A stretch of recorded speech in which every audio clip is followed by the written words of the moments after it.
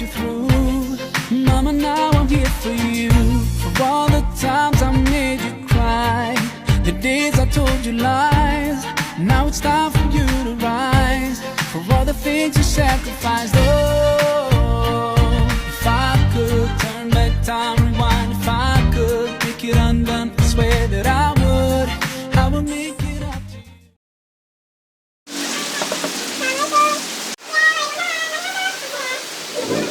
Sebelumnya boleh tanya, Mbak ini dari mana?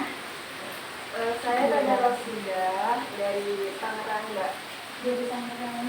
Cukup jauh ya Mbak untuk ke sini. Iya. Sebelumnya Mbak tahu konseling ini dari mana ya Mbak? Kebetulan saya punya teman, terus kenalin Mbak buat rekomendasi ke sini. Sebelumnya Mbak kesini berarti karena terpaksa dari teman Mbak atau memang ini sendiri? Saya kesini karena emang saya butuh konselor sih, makanya saya pergi ke sini buat berkonseling sama Mbak. Baik kalau begitu. Terima kasih ya Mbak sudah jauh-jauh ke sini. Mbak duduknya udah nyaman? Sudah Mbak. Ya, kalau begitu. Sebelumnya Mbak udah pernah ikut konseling? Belum sih Mbak, ini baru pertama kali. Jadi kalau gitu, dengan saya Mbak untuk menjelaskan apa itu layanan bimbingan konseling individual. Jadi layanan bimbingan konseling individual ini merupakan suatu layanan bimbingan yang diberikan oleh konselor yang kini saya pada saat ini dan konseli yaitu Mbak untuk tidak hanya bertujuan untuk membimbing, tapi juga di sini sebenarnya untuk meningkatkan potensi diri Mbak sehingga Mbak dapat melakukan kehidupan aktivitas keseharian gitu, lebih efektif lagi gitu. Nah, sebelum melakukan layanan bimbingan konseling individual ini ada beberapa hal yang harus kita sepakati. Sebelumnya dari penjelasan tadi, apakah Mbak ada yang ingin ditanyakan? Ya ada sih Mbak. Beberapa hal nih Mbak yang harus disepakati gitu. Yang pertama ini ada kesukaraan. Kebetulan tadi Mbak sudah menjelaskan kalau Mbak kesini datang dengan sukarela ya, tanpa paksaan dari teman Mbak. Jadi saya ucapkan terima kasih sekali lagi karena Mbak sudah mau datang ke sini dengan sukarela. Selanjutnya ada keterbukaan. Nah, atas keterbukaan ini artinya adalah Mbak boleh menceritakan apapun yang ingin Mbak ceritakan. Mbak boleh pokoknya terbuka saja kepada saya, kalau bisa Mbak lebih terbuka. Jadi kita relax aja, tidak usah terlalu tegang gitu. Jadi Mbak boleh menceritakan apapun yang memang Mbak ingin menceritakan. Nah, selanjutnya ada kerahasiaan. Boleh Mbak ketahui bahwa saya sebagai seorang konselor itu sudah berjanji untuk merahasiakan apapun yang nanti akan Mbak ceritakan. Seperti itu. Sampai sini kalau ada yang ingin Mbak tanyakan? Jadi sih Mbak. Baik. Kalau begitu sudah sepakat ya Mbak? Ya, sebelum mulai sesi bimbingan, ada baiknya kita bersama-sama mengucapkan basmalah. Bismillahirrahmanirrahim. Si konselingnya ya Mbak. Boleh saya bertanya? Ya. Apa yang ingin Mbak ceritakan hari ini? Sebenarnya banyak sih Mbak yang mau saya ceritakan hari ini. Cuma masalah utamanya adalah saya kan sekarang baru lulus SMA. Nah, saya bingung antara kerja sama kuliah gitu.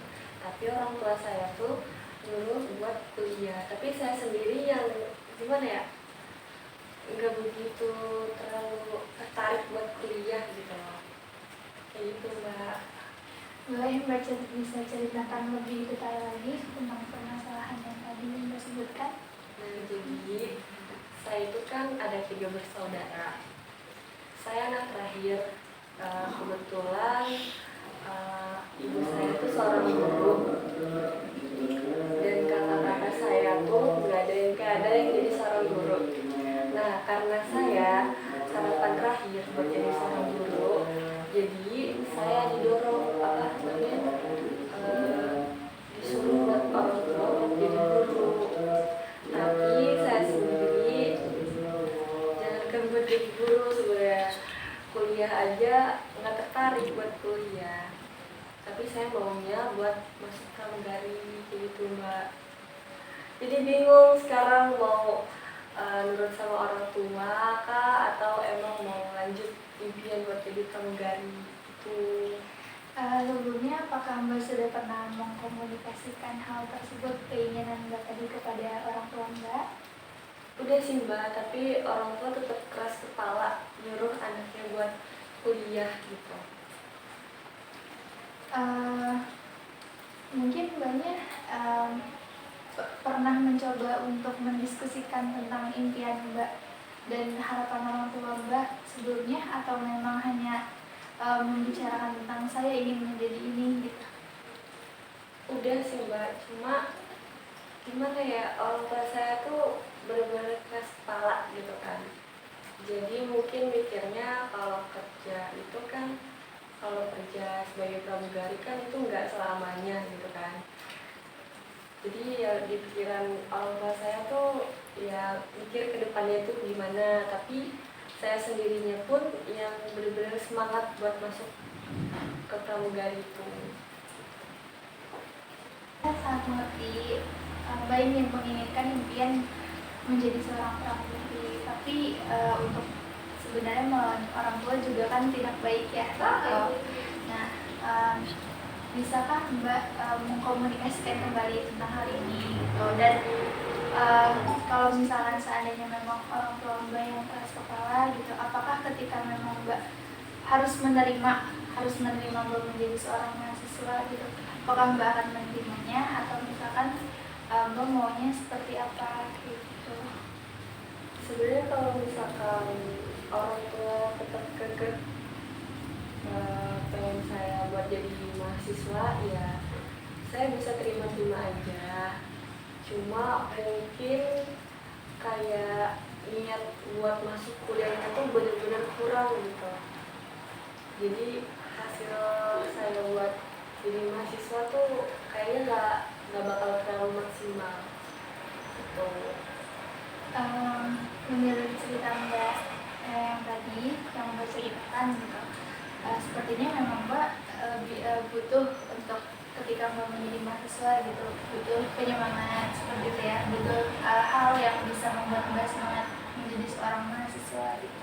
Meskipun Mbak tidak bisa menjadi seorang pramugari, tapi Mbak masih ingin menerima ketika Mbak menjadi mahasiswa itu. Insya Allah sih masih bisa menerima. Cuma sekarang tuh saya masih kayak berusaha buat diskusi baik-baik sama orang tua gitu. Kalau saya tuh pengennya jadi pramugari gitu. Cuma kalau misalkan orang tua tetap kekeh dan gak bolehin, saya bakal nurut sih sama orang tua. Berarti sebenarnya Mbak sudah mengetahui apa yang ingin Mbak lakukan ketika tidak menjadi seorang pramugari. Iya Mbak. Lalu apa yang sekiranya masih membuat Mbak bingung? Yang bikin saya bingung sih sekarang lebih ke jurusannya gitu. Karena emang awal gak ada niat kan, jadi saya bingung nih jadi mahasiswa tuh jurusannya mau jurusan apa gitu loh. Saya nggak tahu kemampuan saya di mana. Jadi Mbak, saya butuh saran dari Mbak juga buat jurusan yang apa ya? Soalnya saya bingung banget mau masuk jurusan apa kalau misalkan saya benar-benar harus jadi mahasiswa gitu. Saya bertanya bakat dan minat Mbak ini untuk opsi jurusan apakah sudah ada? Belum ada sih Mbak, soalnya kan saya bingung nilai. Mungkin kalau dari nilai saya tuh standar semua, jadi saya bingung mau jurusan apa. Saya juga nggak tahu keahlian saya itu apa. Apakah ada hal yang Mbak sukai belakangan ini gitu? Mungkin jurusan hukum kali ya.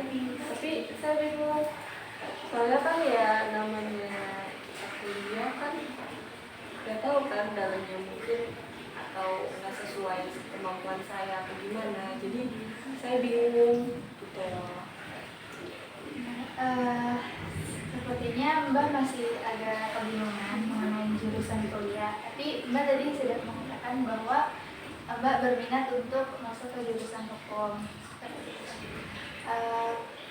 Mungkin masih Mbak bisa mengkomunikasikan tentang jurusan kuliah yang Mbak inginkan atau yang Mbak minatkan kepada orang tua Mbak, sehingga meskipun Mbak tidak bisa menjadi pramugari, tapi Mbak masih bisa untuk berkuliah dengan jurusan yang Mbak inginkan. Seperti itu.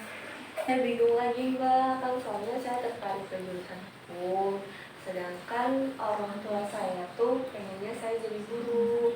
Jadi saya bingung nih, kayak saya mau jadi mahasiswa, cuma saya nggak mau jadi guru gitu.